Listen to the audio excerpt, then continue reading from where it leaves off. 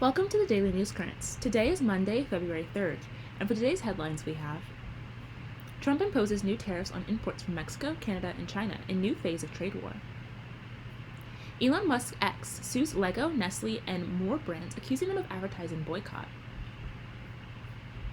Thousands of U.S. government web pages have been taken down since Friday. Sundance made Park City the it town. Not anymore. What we know about the plane and helicopter crash near Washington. Trump imposes new tariffs on imports from Mexico, Canada, and China in new phase of trade war. A new global trade war has begun. President Trump signed executive orders Saturday imposing 25% taxes on most imports from two of the country's biggest trading partners, Canada and Mexico. Goods from China will be. In another post Sunday morning, Trump said the tariffs were also meant to address the trade deficits that the U.S. has with a number of foreign countries. This will be the golden age of America. Will there be some pain? Yes, maybe, and maybe not, Trump wrote. But we will make America great again, and it will all be worth the price that must be paid. Canadian crude oil will be subject to a lower 10% tariff, which could mitigate the effect on U.S. gasoline prices. Midwestern oil refineries are heavily dependent on Canadian crude. The import taxes could result in higher prices for a wide range of products, including fruits and vegetables, flat-screen TVs, and auto parts. The targeted countries have said they will respond with retaliatory tariffs of their own on U.S. exports. Business groups started to react immediately after the announcement. A trade group representing the liquor industry said the tariffs would hurt jobs. Since the 1990s, trade in spirits in North America has been largely tariff-free, resulting in significant growth. U.S.-Canada trade in spirits increased by 147%, while U.S.-Mexico trade surged by 4,080%, according to a joint statement by the Distilled Spirits Council of the U.S., the Chamber of the Tequila Industry, and Spirits Canada. The group said that the products are distinctive to each country, and the tariffs would hurt the domestic industries. Bourbon and Hennessy whiskey can only be made in the U.S., tequila in Mexico, and Canadian whiskey in Canada. The American Fuel and Petrochemical Manufacturers Industry Trade Group warned in a statement on Saturday that a higher cost to import crude oil from Canada and Mexico, as well as other Canadian energy products, could mean that American consumers will end up paying more for energy. We are hopeful a resolution can be quickly reached with our North American neighbors so that crude oil, refined products, and petrochemicals are removed from the tariff schedule before consumers feel the impact, AFPM President and CEO Chet Thompson said. China, Canada, and Mexico respond. On Sunday, in coordinated statements from China's Foreign Ministry and Commerce Ministry, Beijing denounced the tariffs and said China would take unspecified corresponding countermeasures. The Commerce Ministry said the tariff was a serious violation of World Trade Organization rules, and it would launch a legal challenge at the WTO. The Foreign Ministry said China has taken steps to help the U.S. deal with fentanyl, which it said was ultimately a U.S. problem, and said the imposition of tariffs will inevitably affect and undermine future cooperation between the two sides on anti-drug issues. Canadian Prime Minister Justin Trudeau, in a public appearance on Saturday, lamented that impending U.S. tariffs on Canadian goods and warned American consumers that they would see prices rise. This is a choice that, yes, will harm Canadians, but beyond that, it will have real consequence for you, the American people, Trudeau said. If President Trump wants to usher in a new golden age for the United States, the better path is to partner with Canada, not to punish us, he said. Canada's government announced that it would impose 25% retaliatory tariffs on a variety of U.S. products, starting with appliances, clothing, and goods imported from the U.S. are set to take effect on Tuesday, while tariffs on another $125 billion worth of goods will be imposed later. Officials said that additional efforts, including non-tariff options, would remain on the table as long as the U.S. continued to impose new import costs on its northern neighbor. Trudeau said that although fewer than 1% of illegal border crossings and less than 1% of fentanyl into the U.S. come from Canada, the country has launched a $1.3 billion effort to further secure its shared border with the U.S. in December. Mexican President Claudia Sheinbaum said on Saturday that she has directed her Secretary of the Economy to implement a plan that includes tariffs and non-tariff measures, but did not share additional details. In a post on X, Sheinbaum said that the Mexican government has seized 40 tons of drugs in the past 4 months, and also blamed U.S. gun sellers for arming Mexican drug cartels. Scheinbaum proposed that Mexico and U.S. instead form a working group, rather than impose retaliatory economic measures on each other. Mexico does not want confrontation, she said. How American shoppers and companies are preparing. Businesses and shoppers in the U.S. had already started making contingency plans. Trade data released earlier this week showed a sharp rise in imports in December, suggesting some companies tried to stockpile goods before any tariffs take effect. Some individual shoppers also tried to beat the tariffs. Personal spending on durable goods such as autos and televisions jumped in December, according to figures released Friday by the Commerce Department. Mexico is a leading producer of flat-screen TVs. Tariffs have come up more than 200 times on corporate earnings calls this month. The auto industry is expected to be particularly hard hit because it is highly integrated, relying on manufacturing in all three countries. General Motors told Financial Analysis on Tuesday that it could shift some pickup truck production out of Mexico and Canada if tariffs are imposed. But the automaker is reluctant to act while the trade landscape is still uncertain. We are prepared to mitigate near-term impacts, said CEO Mary Barra. What we won't do is spend a large amount of capital without clarity.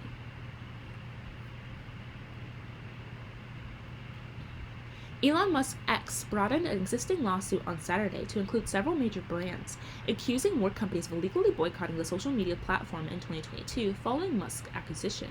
The suit, which was filed last year in a federal court in Texas, initially targeted the boycott organizer, the World Federation of Advertisers, along with companies including CBS and video streaming platform Twitch.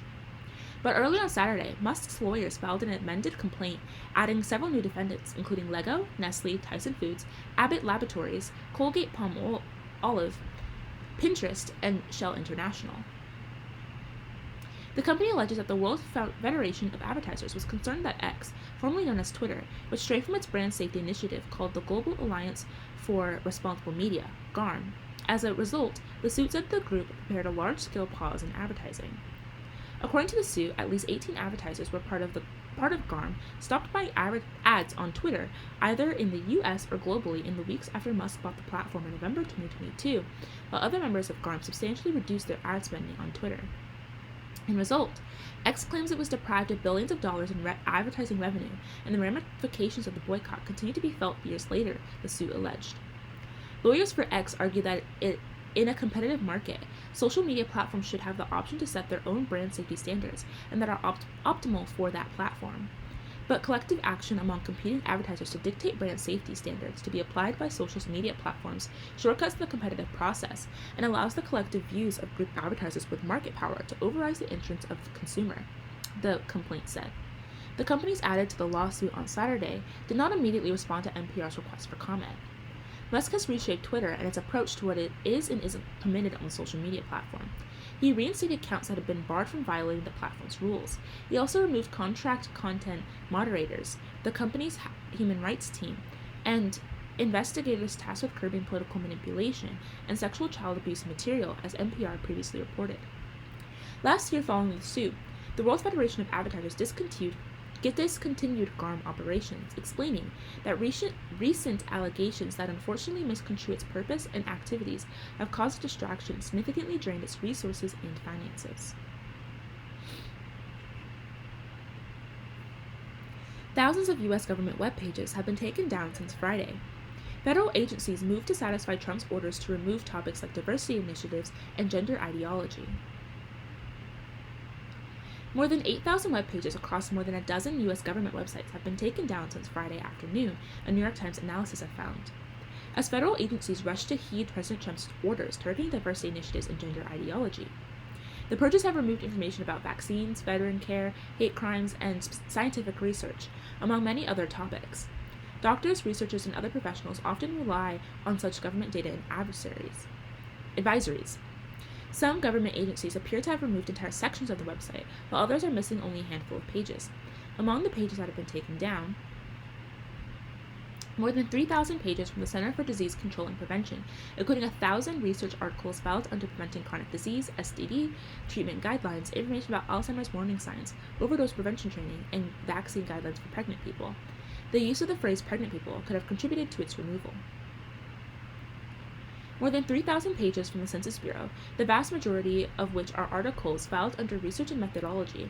Other missing pages include data stewardship policies and documentation for several data sets and surveys. more than 1,000 pages from the Office of Justice Programs, including a feature on teenage dating violence and a blog post about grants that have gone towards combating hate crimes. More than 200 pages from Head Start, a program for low-income children including advice on helping families establish routines and videos about preventing postpartum depression. More than 180 pages from the Department of Justice, including all state-level hate crime data, and 7 pages discussing anti-LGBTQ hate crimes. Close to 150 pages from the Substance Abuse and Mental Health Services Administration, including more than 50 press announcements about the use of National Disaster Distress Helpline in the aftermath of shootings or natural disasters. More than 100 pages from the Food and Drug Administration, including more than 60 regulatory guidelines on topics such as increasing diversity in clinical trials and the potential for addiction and abuse in drug trials. Almost 50 research papers from the Office of Scientific and Technical Information. The removed papers span multiple fields, including optics, chemistry, and experimental medicine. More than 25 pages from the Internal Review Service, including the transcript of the video titled "Here's How to Avoid IRS Penalties and Interest," and the form private schools must submit annually to certify that they have not engaged in racially discriminatory behavior. 24 research notices from the Nuclear Regulatory Commission, but only notices from the year 2000. Notices from before and after 2000 remain. 20 web pages from the National Institute of Standards and Technology, including a page detailing the organization's zero-tolerance harassment policy. 18 pages from the Health Resources and Services Administration, including a toolkit to care for women with opioid addictions, and an FAQ about the Mpox vaccine. 18 pages from the U.S. Patent and Trademark Office, including pages about veterans' innovation and entrepreneurship, and a program to teach high schoolers about intellectual property. 8 pages from the Department of the Interior, including several detailing environmental policy initiatives. The phase environmental justice may have been contributed to the removal of some pages. 3 pages from the Department of Veteran Affairs on LGBTQ veteran care, minority veteran care, and the equity of the Louisiana healthcare system. 2 pages from the Marshal Service, one linking to a revision of correctional facility standards, and another linking to the department's fitness readiness program. Many of the missing pages related to a Trump administration directive with a deadline of 5 p.m. Friday to terminate any programs that promote gender ideology and to withdraw documents and any other media that may do so. In many cases, the removed pages mentioned words like inclusion or transgender. It is not clear why other pages were removed, how many of the pages will be permanently removed, and how many may be restored with revisions. And things are still in flux. Since Friday, several pages have gone down and then come back online. Others stayed up well past 5 p.m. Friday and removed only recently. Other government pages, while still accessible, have already been stripped of words related to diversity, gender, and climate change reported by the Washington Post and others. In all, these pages represent a tiny sliver of the millions of pages hosted on government domains, roughly 1/10 of 1% of all pages. What the Times did. On Friday, the Times downloaded the list of the most visited government domains in the U.S. and began compiling the complete list of pages available on each one using Cite's sitemap, a file that outlines the structure of a website and is typically used by search engines to keep track of what's on the internet. Some sites, including state.gov and weather.gov, were not included in our analysis because we were unable to identify a complete list of web pages on their site and for other technical reasons. In all, we were able to identify more than 7 million pages across more than 150 sites. We then repeated the process several times Friday night and on Saturday, and compared our new list of websites with those we originally found. What remains uncertain? It's hard to capture every single change on a system of websites as vast as those that span the federal government. Some things to keep in mind. Our approach has some trade-offs. We chose to measure changes on government websites using sitemaps rather than trying to download a complete copy of millions of web pages. This allowed us to measure a much larger scope of changes quickly, but means we may have missed instances where pages weren't removed but have substantive edits. This is a snapshot. In their efforts to take down some pages to comply with the executive order, officials across the government may be taking down wider swaths of sites when changes are being made. As such, some pages may yet return online. The CDC, for example, has already had many pages return after going offline, and the website for Sandia National Laboratories, a research and developmental lab under contract with the Department of Energy, was live on Friday and Saturday, but was down early Sunday morning. Our figures may be underestimates. We looked at only the most visited government domains, and as discussed above, some high-profile sites like state.gov were outside our analysis. But the sites were checked do represent the majority of pages most people actually visit. Our figures may be overestimates. Some pages were identified as missing may not have simply been moved to a new URL that we were not able to identify. We counted URLs as being removed if they found they had been redirected to substantively different pages, such as the home page of a website. It is possible that the original list of government websites we identified on Friday included pages in their sitemaps that had already been taken down weeks or months before. The subjects and topics of the pages that have been taken down suggest that probably not the case on average, but it's possible. We don't have comparable measures of changes in other administrations. Although government websites often change between administrations, this weekend's changes appear to be of a much wider scope than those that happened in the past. Still, we do not have the same measures from previous administrations. Sundance meant Park City the it town. Not anymore. After holding the event for 40 years in the Utah ski town, organizers plan to take it elsewhere starting in 2027. Amid all the talk of films, fires, and the state of the Oscar race, one question has dominated Sundance 2025. Where will the festival move? Last April, the nonprofit behind Sundance, the preeminent festival for independent film, held in the past 40 years in Park City, Utah, announced it would be exploring where else to hold the event in 2027 and beyond. The organizers then narrowed their choices to 3 spots: Salt Lake City, just 45 minutes away, along with a smaller presence in Park City, Boulder, Colorado, and Cincinnati. The final choice is expected to be announced in late March or early April. That has left festival goers, industry insiders, and locals imagining what a change would mean for the city and the festival itself.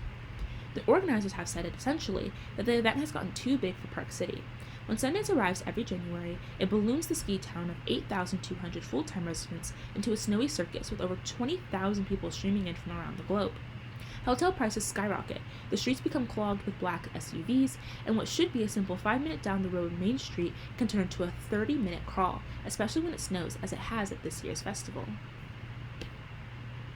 The organizers have said they're looking for a new home that can house the growing festival while maintaining its roots.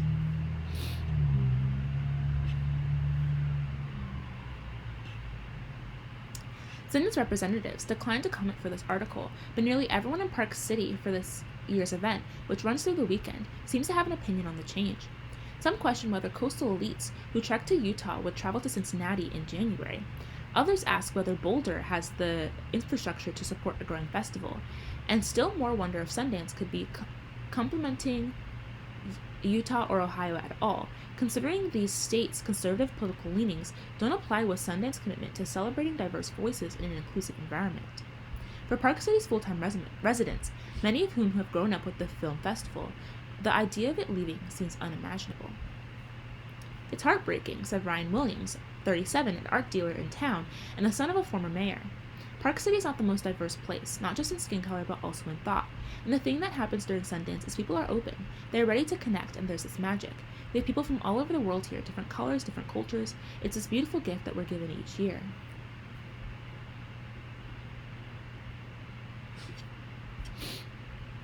Sundance has a significant effect on the Utah economy. Out-of-state visitors spend $106.4 million, with the total economic impact reaching $132 million, according to a report released by the festival after last year's 10-day event. The impact included 1,730 jobs for Utah residents. Many locals are still holding out hope that Sundance chooses the Salt Lake City option, because Park City would still hold some ancillary events. That could be why some local groups, such as Park City Chamber of Commerce, declined to comment on any possible move before a decision has been made. Not everyone in Park City is upset about the festival leaving town. Blair Islip, 42, the co-owner of Flight, a women's boutique on Main Street, said Sundance no longer brought in additional sales for her store, in part because her front door is often being blocked by big trucks that clog the main street while they load in the pop-up shops that operate on the street for the week. That extra traffic keeps local patrons and ski tourists away. The Sundance folks, not big retail shoppers. It's definitely not our money-making time anymore, she said. It is big money-maker for Hudson Ballerino, the owner of Rio Transportation, a car service offering luxury rides to people headed to Park City. The loss of Sundance would mean an annual 30% decline in business, he said. During the festival, his fleet of 7 SUVs is constantly in motion, with clients often booking his drivers all day long to shuttle them from event to event. When Sundance isn't in season, the majority of his business is hauling people from the ski town between the ski town and the Salt Lake City airport. We're going to have to change the style of the company, he said, adding that he intends to focus more on ski tours, which he believes will offset the 30% loss by about 10%. For Megan Nash, a restaurateur and career, the loss of Sundance and Park City will be a significant hit to her revenue. Miss Nash, 43, opened her restaurant Handle with her partners in 2014 after spending a few years catering for various Sundance events. The first weekend of the year's festival was packed with special events. She counted at least 8 private meals, hosting various production companies and media brands. And while it isn't her biggest month of the year, that's March, when the weather warms and family descend for spring break. The revenue generated by Sundance boosts her business during an otherwise slow period. Sundance, literally, has been here my whole entire life, said Miss Nash, who was born and raised in Utah. It would be a massive bummer if it went to a different city. I don't know if it will ever be the same.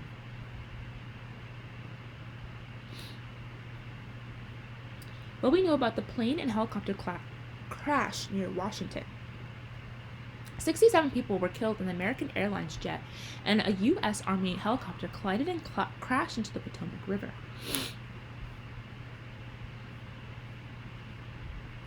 The collision on Wednesday that sent a passenger jet and a U.S. Army helicopter plunging into the Potomac River near Washington is the deadliest air crash in the country in 20 years.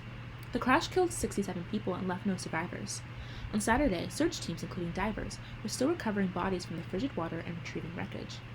American Eagle Flight 5342, operated by PSA Airlines for its parent carrier, American Airlines, had taken off from Wichita, Kansas, carrying 60 passengers and 4 crew members.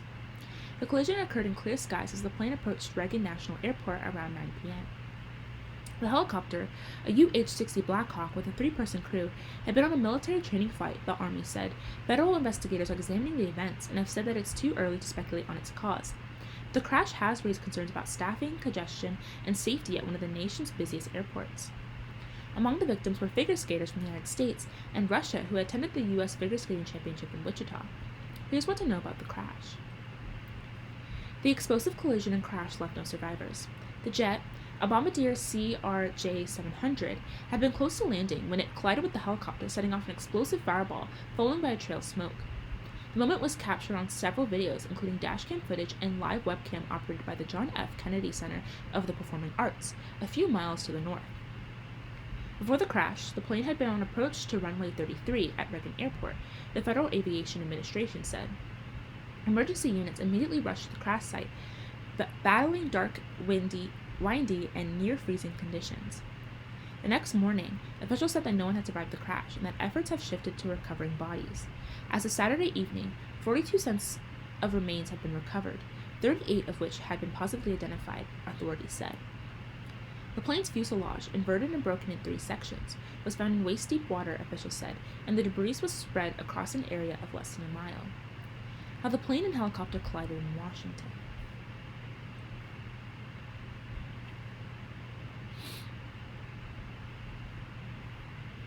The accident raised concerns about aviation safety. Investigators from the National Transportation Safety Board, an independent federal agency, are leading the inquiry into the collision. Officials said they'd look at the flight data from the 2 aircraft, review traffic control communications, and conduct interviews. Teams have recovered 2 so-called black boxes from the plane, a cockpit voice recorder and a flight data recorder, which may offer insights into the moments before the crash. A black box from an Army helicopter was also retrieved, federal officials said on Friday. Already, questions have emerged about the plane's flight paths and whether staffing at the air traffic control tower contributed to the collision. A preliminary report by the Federal Aviation Administration, which was reviewed by the New York Times, found that a controller working that night was performing jobs typically assigned to 2 controllers, handling helicopters in the airport's vicinity and also instructing planes that were landing and departing from runways. The staffing of the tower was not normal for the time of day and volume of traffic, the report said. The Army helicopter, which was operating out of Fort Belvoir, Virginia, with what officials described as an experienced crew, had been approved to fly a specific route that would not let it avoid the American Airlines plane. But it did not follow the intended route, according to 4 people who were briefed on the matter but were not authorized to speak publicly. The route it took was a half-mile away and higher in altitude, they said. Shortly before the collision, the plane's pilots were asked to pivot their landing route from one runway to another, according to a person briefed at the event, and conversations between an air traffic controller and the pilots overhead heard on audio recordings. On Friday, the FAA indefinitely restricted 2 commonly used helicopter routes into Reagan Airport, but to all but the most essential flights, calling it a critical new safety measure.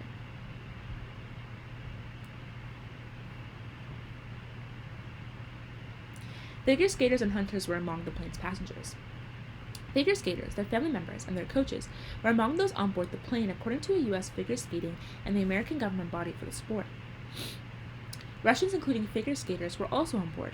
Among them were the married skater champions Yevgenia Shizvoka, 52, and Vadim Naval, 55, according to the Skating Club of Boston. They worked as coaches in the U.S. 2 skaters from England, Spencer Lane, 16, of Barrington, Rhode Island, and Gina Hahn, 13, of Mansfield, Massachusetts, were also killed among their mothers, Christine Lane and Jin Hahn. A group of friends who had spent days in Kansas on a hunting trip were on the plane, along with a 4-person crew. Officials have not released a list of victims, but more of their identities have become public. Army officials on Friday identified 2 of the 3 aviators on the helicopter, Staff Sergeant Ryan Austin O'Hara, 28, of Lynburn, Georgia, and Chief Warrant Officer Andrew Lloyd Eves, 39, of Great Mills. On Saturday, officials identified Captain Rebecca M. Lobach, 28, of Durham, North Carolina, and has also been on board. The Army did not immediately release Captain Lobach's identity at the family's request. That is all for today. Thank you so much for listening. Goodbye.